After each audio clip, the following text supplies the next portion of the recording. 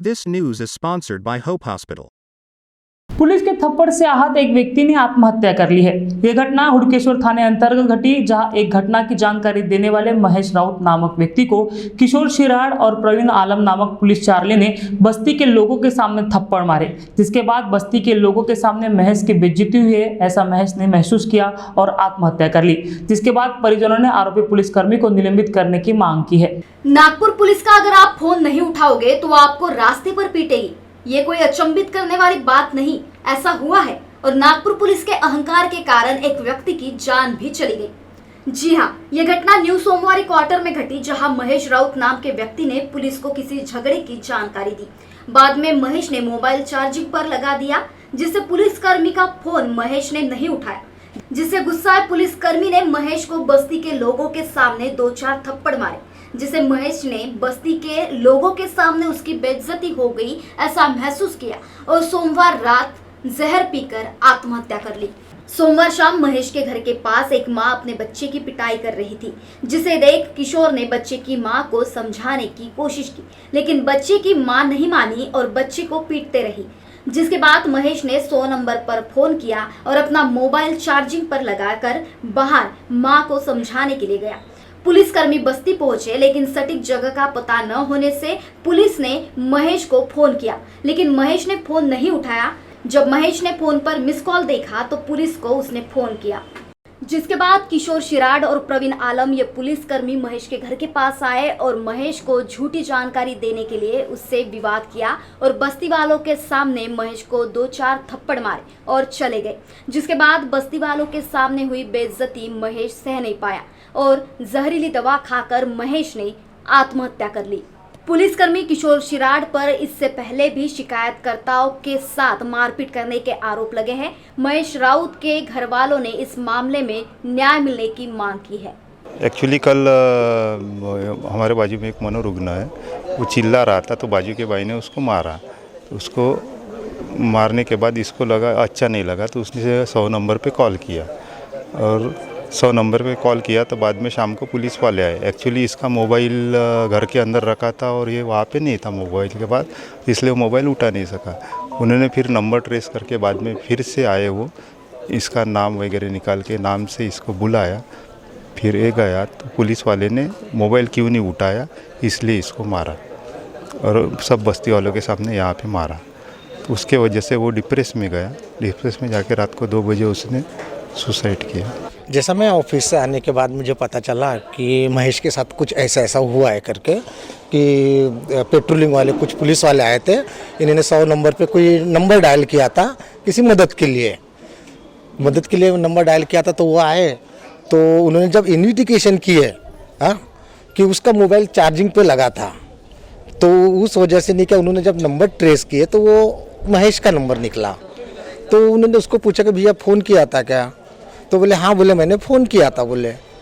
तो इसी वजह से और क्या हुआ कि तो बोले फेक नंबर ये करते हो करके हमें परेशान करते हो करके, तो इसलिए उसको नहीं क्या यहीं से गेट के पैसे यहीं से नहीं क्या उसको, जैसे एक आधे क्रिमिनल को कैसे पकड़ते पीछे से, उस टाइप से उसको पीछे से पकड़ते हुए उसको चपटा गाल पे मारते हुए उसको यहाँ तक लाए। तो फिर उसके बाद वो अपने घर चला गया। लोगों ने मिन्नतें किए कि साहब जाने दो, बोले बच्चा है, बोले वो ऐसा काम कभी करता ही नहीं, बोले वो नहीं, बोले हम लोगों को परेशान किया है, बोले परेशान किस चीज़ के, तो उससे ठीक से उसको पूछ लेना था ना कि भैया किस तरीके से परेशान किया है। ये कोई बात नहीं हुई ना सर कि उसको ऐसे क्रिमिनल के जैसे उसको लाना घर से और उसको मारते हुए वो यहाँ तक लेके आना, ये यहाँ से गेट के पास से तो यहाँ तक, ये ठीक नहीं हुआ। ये पुलिस के आला अधिकारी पुलिस कर्मचारियों को जनता से शालीनता से व्यवहार करने की सीख देते हैं, लेकिन पुलिस सिपाही खुद को ही कानून समझ लेते हैं। वो कहते हैं ना, चाय से केतली गरम, वैसा ही कुछ पुलिस सिपाहियों का भी है। शरीर में खाकी वर्दी गई नहीं कि खुद को जज समझ लेते हैं और 4 लोगों के सामने थप्पड़ के रूप में सजा भी देते हैं। नागपुर के पुलिसकर्मी को फिलहाल या तो जनता से कैसे व्यवहार किया जाता है ये समझाने के लिए क्लास लेने की जरूरत है, या तो उन्हें छुट्टी की जरूरत है ताकि लॉकडाउन में ज्यादा ही काम होने से, ज्यादा ही तनाव में काम करने से चिड़चिड़े हो गए हो तो उन्हें भी जरा सा ब्रेक मिल जाए। बहरहाल ये बात तो सच है कि नागपुर पुलिस के चाय से केटली गरम वाले पुलिसकर्मियों के कारण एक व्यक्ति की जान चली गई। महेश राउत ने सुसाइड किया, क्या पूरा प्रकरण आइए उन्हीं के रिश्तेदार से पूछते। भैया ये बताइए, कल आपके महेश राउत ने सुसाइड किया, क्या पूरा प्रकरण था वो बताइए। प्रकरण ऐसा है कि कल शाम के समय की बात है कि जब वो ड्यूटी से घर पे आए तो उनके बाजू में एक मनोरुग्ण रहते हैं, तो उनका और उनके बाजू में एक लेडीज़ है, उनका कुछ झगड़ा हो रहा था। तो उन्होंने 100 नंबर पे कॉल लगाया कि यहाँ पे झगड़ा चल रहा है तो आप आइए करके। तो उन्होंने फ़ोन लगा के फ़ोन घर पे रख दिया। उसके बाद जो जहाँ झगड़ा चल रहा था वहाँ पे वो गए और उसके बाद थोड़ी देर में पुलिस आई वहाँ पे। पुलिस के 2 सिपाही है, एक किशोर और एक प्रवीण करके, ऐसे 2 सिपाही वहाँ पे आए और उन्होंने बोला कि 100 नंबर पे कॉल किसने लगाया। तो इन्होंने बोला कि भैया मैंने कॉल लगाया था, ऐसा ऐसा बाजू में झगड़ा चल रहा है और एट प्रेजेंट वहाँ पे झगड़ा चल ही रहा था। तो उस समय ऐसा हुआ कि वो पुलिस वाले से इनकी कुछ 2 बातें हुई और वो बातों में पुलिस वाले ने महेश भैया के ऊपर हाथ उठा लिया कि तुमको हम मतलब हमको कुछ खाली पीले समझ के रखे है कि आपने ऐसा ऐसा करते, उन्होंने उनके ऊपर हाथ उठाया।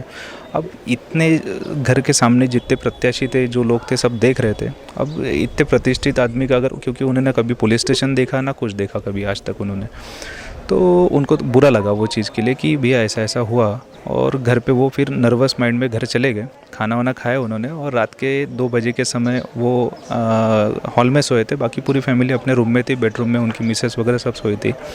तो 2 बजे के समय कुछ उल्टी करने की आवाज़ उनकी मम्मी को आई, तो उन्होंने जाके देखा तो ये वोमिटिंग कर रहे थे। तो पूछा उन्होंने कि मतलब देखा उन्होंने जैसे, तो उन्होंने उनका जो छोटा लड़का है शैलेश, उसको आवाज़ दिया और उन्होंने तुरंत मेडिकल हॉस्पिटल में उनको हॉस्पिटलाइज कर लिया। उसके बाद सुबह 5:30 बजे उनकी डेथ हो गई। एक ये बताइए कि सुसाइड नोट में उन्होंने क्या लिखे थे।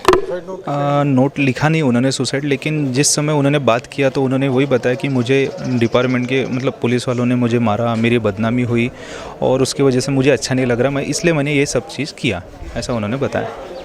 आपकी क्या मांग है कि जो कर्मचारियों ने मारे उनको सस्पेंड किया जाए या उनके ऊपर कोई बड़ी इंक्वायरी होनी चाहिए? देखिए, सस्पेंड तो होना चाहिए, क्योंकि क्या होता है, हमारा जो विश्वास है पुलिस डिपार्टमेंट के ऊपर, वो एक आम जनता ट्रस्ट करती है डिपार्टमेंट के ऊपर, पुलिस डिपार्टमेंट के ऊपर, कि हमको एक निष्पक्ष जांच की एक मांगनी हमने वहाँ पे किया है। वहाँ पे डीसीपी साहब, फुलारी साहब जो थे सहयुक्त, वो सब जन वहाँ आए थे। उन्होंने हमको एक विश्वास दिलाया कि 2 दिन के अंदर हम उनके ऊपर कार्रवाई करके उनको निलंबित करेंगे। बस हमने ये वहाँ पे मांग की है। अब इस घटना के बाद पुलिस के आला अधिकारी मीडिया के सामने आएंगे और कहेंगे कि घटना की जांच की जाएगी और अगर पुलिसकर्मी दोषी पाए जाएंगे तो कठोर कार्रवाई की जाएगी। लेकिन इस जांच की रिपोर्ट आने में महीनों लग जाएंगे और तब तक सब भूल जाएंगे और जैसे चल रहा था वैसा ही हो जाएगा। फिर कोई ऐसी घटना सामने आएगी और फिर किसी की मौत हो जाएगी, फिर जांच की दलीलें दी जाएगी। आज हुड़केश्वर पुलिस स्टेशन में मृतक महेश राउत उनके भाई ने कंप्लेंट की है। पुलिस ने उनके भाई को मारहाण की, इसलिए उनके भाई ने सुसाइड किया है। तो उस पर कार्रवाई करने के लिए उन्होंने पुलिस स्टेशन में कंप्लेंट की है। उसके बारे में पुलिस इंक्वायरी चालू हो गई है। प्राइमरी घटना ऐसी है कि पुलिस स्टेशन में कंट्रोल में एक नंबर से कॉल आया था कि एक घर में मारहाण हो रही है। तो बीट मार्शल वहाँ पे कॉल अटेंड करने के लिए गए थे, तो उनको वहाँ पे पता चला कि ऐसी कोई घटना हुई नहीं है। इसलिए उन्होंने जिन कॉल आया था उनके पास इंक्वायरी की और उनको समझ दिया, उनको बताया कि ऐसे कॉल क्यों किया है और फिर वहाँ से उन्होंने आके पुलिस स्टेशन में कायदेशीर कार्रवाई मतलब स्टेशन डायरी एंट्री वगैरह लिया है। तो उसी घटना को जो कंप्लेंट किया है वही जो मृतक है, पहले ही उन्होंने ऐसे भी एक बार कंट्रोल में कॉल किया है और ऐसे प्राइमरी इंफॉर्मेशन ऐसी है कि जिनके नाम से ये फेक कॉल किया है वो भी पुलिस स्टेशन में कंप्लेंट कर रहे हैं और हम पूरी घटना की जांच कर रहे हैं और जांच करने के बाद जो भी निकल आता है उस पर कायदेशीर कार्रवाई और हमारी प्रशासकीय कार्रवाई दोनों कार्रवाई होंगी। नियंत्रण कक्ष को कॉल करने की एक बात थी, लेकिन दूसरा आरोप ये भी हो रहा है कि पुलिस कर्मचारियों ने उसे वहाँ सार्वजनिक रूप से पीटा, लोगों के सामने उसे अपमानित किया गया, इसलिए उसने आत्महत्या की, ऐसा फैमिली का, इलाके के लोगों का आरोप है। तो उन्होंने जो कंप्लेंट दी है वो हमने रिसीव की है और उस पर हम इंक्वायरी कर रहे हैं। इंक्वायरी में जो भी सामने आएगा उस पर हम कायदेशीर कार्रवाई करेंगे। महाराष्ट्र टीवी 24 के लिए कैमरा पर्सन दिनेश सातपुते के साथ रितेश बोरकर और अमित वांद्रे की रिपोर्ट, नागपुर।